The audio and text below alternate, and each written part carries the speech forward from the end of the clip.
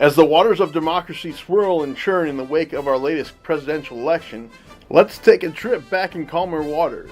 This is your Central Nebraska Time Capsule, produced by the Grand Island Independent and Stir Museum of the Prairie Pioneer. Theodore Roosevelt, the 26th President of the United States, visited Grand Island on April 26th and 27th of 1903.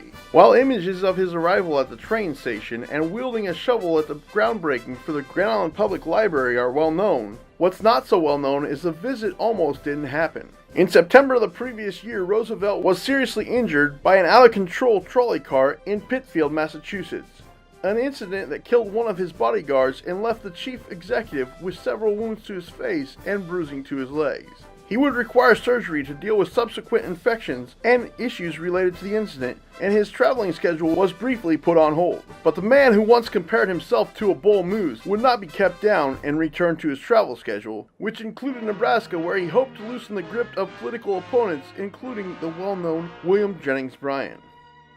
Only 2 days after laying a cornerstone for a gateway at Yellowstone National Park, Roosevelt arrived in Grand Island via train in the early morning of April 26, 1903. Despite the throngs who showed up to greet him, the president initially stayed in the train with his staff until departing to attend morning services at St. Stephen's Episcopal Church. From there, his morning included a visit to the Washington Township Hall, a 25-mile horseback ride, and a visit to Stolly Grove before lunch at Taylor Ranch. Sheep King, The Story of Robert Taylor by Robert Perry describes the lunch this way.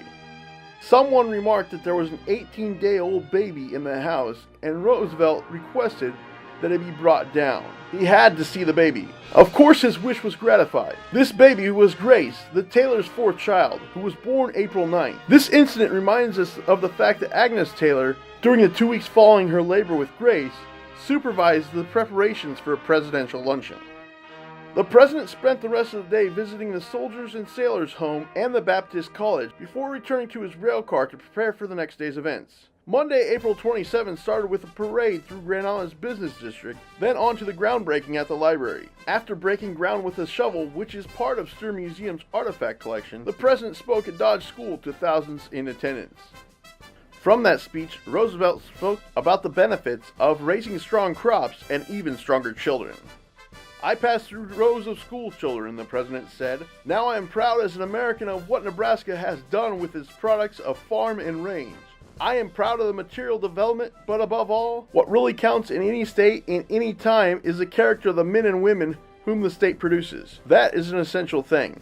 For more information on our shared history, log on to stirmuseum.org or contact the museum at 308-385-5316.